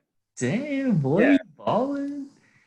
Like, isn't that such a funny thing? Like, those are Mercury Head dimes, and you can only use the Mercury Head dimes. They were like $3 at the store. They're not cheap, dude. They're not cheap at all, dude. And they're just rare too. Yeah. It's baller. There is 1 year of those that's minted, and it's like $100 for those Mercury Head dimes. Jesus. I've heard if you send one to the vineyard, they just send you a free bottle of Mercury Head. That's pretty badass. Yeah, isn't that cool? That's pretty badass. So got you for 7 more minutes, and I'm gonna milk all 7 minutes of those. So what's the future of it? What's the future of your trading? Do you go bulk into like smaller profit margins, or do you keep these like, I don't know, these like great white arcs, if you will? So I'm a little worried that I don't want to like hope for another recession, but like, you know, that age-old thing, recessions make millionaires. Yeah, it's that's gonna be the sound bite. It's not that I'm wishing for a recession. But so when I first got into it, you know, I didn't even mention this, but essentially gambling. I was straight gambling. I was buying people's collections sight unseen, right? And they were like, dude, I don't know what I got. And I was like, I don't know what you got. I don't care. So I made quite a lot of money the first few times. I got super lucky. I was buying these people's collections on the Eastern Shore. They didn't want to put any time into it. They didn't care. And I don't feel bad about it. A ton of money because they didn't know what they had, right? So I bought someone's collection for $80, and I'm going through the first 3 cards I look. It's 30, 30, 30. I'm like, I just made $10 3 cards. I made like $1,200, right? He had everything. Not vintage, but like he had a lot of stuff. Yeah. Another one, like I bought someone's cards. It was like one little box. And he was like, dude, I only bought cards in 2017. That's it. And I was like, ugh, you know, I'll give you 20. So I haggled them down. First card I look at, it's like a $60 card. I'm like, sweet. I go through and he's like, I probably made like $300 on that. So I took all that and I invested it when the recession hit. And I think the future of it, I really do. Some of these old cards, I really do want to hold on because they're on the reserve list. They're never going to be printed again. It's kind of like the safest version of investing in Magic. It's kind of like having stock in Tesla or Apple or anything like that. Yeah. It's almost like guaranteed 10% every year, like guaranteed, like return. So for me, I think my plan of attack is probably to just slowly build my position on certain things and just sit on them. I mean, honestly, I sold those cards the other day and I'm probably going to regret it in 5 years. I sold a few that were like, they were 2 of them were on the reserve list. Actually, 3 of them were on the reserve list. They were in good condition and they're never going to be printed again ever. So. Yeah, I don't know, man. I feel like I profited, but. Yeah. I feel like in my limited knowledge, I would say like you hold on to the reserve list, right? Yeah. And you just fuck with other ones. Mm-hmm. And even if they do away with it and they get sued a bunch of money, but then they end up making a bunch of money because they can just build their player base. They're still the first printings of the cards, and they would never redo the same art. It would never be the same. So I do firmly believe if they got rid of it, I don't think it would affect the card values that much, but I think it would scare enough people to saturate the market and they would crash in price pretty fast. Yeah. And I think it would be I think it would be like a really slow 10-year kind of like, oh, well, like, why did we all freak out? So I don't know. I hope they don't do away with it, but I don't know. They've been talking. There's been a lot of market noise about that. It's scary, bro. Yeah. Now, do you have any that like you have your eye on that you're just waiting for the perfect storm? So listen, obviously everyone wants Power 9. They're the best cards in Magic. They're so iconic. It's like the grind. It's like I'm grinding to get those cards, and I guarantee when I have them, I'm like looking at them like, I don't get it. Let's sell it. Yeah, let's sell them. Yeah, fuck this. I'm hoping that doesn't happen because I look at these cards and I look and I'm like, I can't sell them. And I look at them, I'm like, I can't sell them. I don't want it. Like, I love them. Like, that's the thing. It's not only like, it's not just numbers. It really is like, I mean, it's nice to have a physical object that is worth money. And that is like, for me, it just invokes some sort of like nostalgic, You could even say. And I love fantasy. The art is amazing. They're every art. This is like, they're all hand drawn paintings. Yeah. I mean, there is not no pun intended. I was gonna say it does invoke some magic, but like it's but it's okay. But yeah, I mean, I guess that's kind of like the argument with gold, right? It's what most is that like sell gold. It's like assets you can hold, right? Because Tesla, that's just electrons on a screen. It's just a server somewhere. If there's a solar flare, it's all gone. It's all gone. Fuck. What if that's how 2020 goes, man? Solar flare. I wouldn't even. I'd be like, makes sense. Yeah, touche. Or I think it's gonna be UFOs. I think there's gonna be like an undeniable. No government's gonna have to like release videos. I think there's just gonna be this like multiple cities, a million different cameras, something weird, nothing that can be faked. It's just gonna be like people posting it on every platform. You're gonna be able to go out and see it with your eyes. That's how I think this. That's what I think. Some sort of anomaly that's like that's not something in front of the moon that we can all see that like they can't hide. That's what I think. And hope you'll be doing your podcast. All of a sudden, it'll be dark, and you're just like you're both all like. Yeah, that's. Do you think that? We'll wrap this bitch up in a minute. You see, how Rogan invited Trump and Biden. Why did I just say Biden? Biden. He's inviting Trump and Biden on his podcast. I saw that. And Trump said he would do a 4-hour. But now Trump he's pushing sponsored ads on social media, Facebook, Instagram. Saying, he's trying to monetize it. Well, no, he's not just because at first he's like, I'll do it. Joe Biden won't. But now he's running ads to push it onto as many people. He's saying Sleepy Joe won't do it. I will. Dude, I'm there for it, man. That's 2020. Dude, I will fucking. I hope it happens. Seal the deal. We need to do a pay-per-view.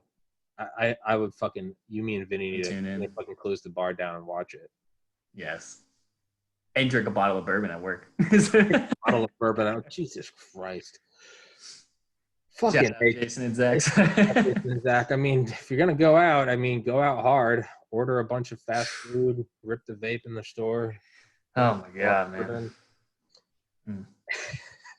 2020. My friend sent me a meme, and I want to hold it up. I was gonna say I'll just show you, but I don't know if you can read it if it's inverted. God, at the end of 2020, it's just a prank, bro. Camera's right there. Prank, bro.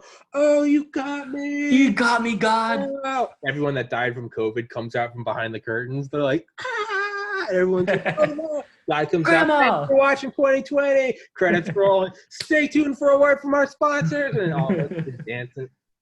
That's what I think. Like, I think we die, and it's just like the curtain rolls, and everyone's laughing, and they're like, "You fell for it. You thought you're dead." Like, you're dead. You're dead. We're all like, all right, we'll wrap this bitch up. Let's definitely do another one, man. That was fun as fuck. Yeah, I'm pretty ADD. I can talk about almost everything. That's the best way to go. Because if you try to set it on one thing, it becomes dry. You gotta get the UFOs and the aliens out of your system. For me, what I find, I gotta get it out. It's otherwise it doesn't work.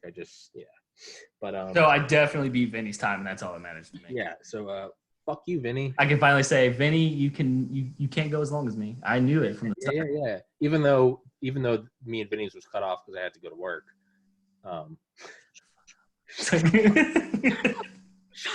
The record is 4 hours and 32 minutes. Whoa, my ass already hurts. Yeah, you'd have to. I don't know, man. I don't know if you could do that. I'll try next time. All right.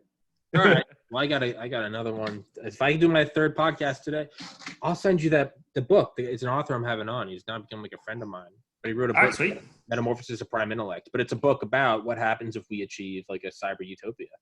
And it kind of goes into, I think you'd be interested in it. It's like, what would you do if you could just have sex nonstop for like 40 years? Like, it eventually it gets into like, would you get bored? And that's why would you get bored? Yeah, they start to get bored, and they start to like go into these weird.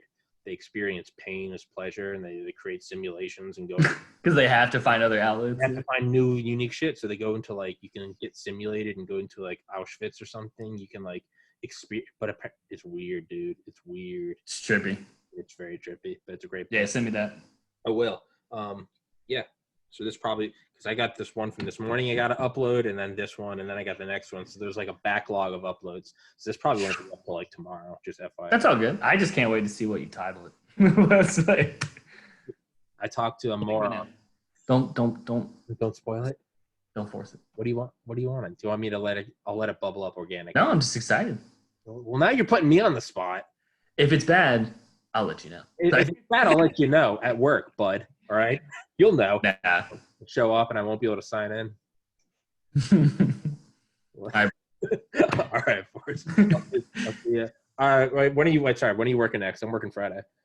Or tomorrow and Friday. Okay, we'll see you Friday. In the next 5 days. All right, I'll work Friday, Saturday, Sunday, and I think Monday, Tuesday. So I'm there. All right, dude. I'll see you, buddy. Later.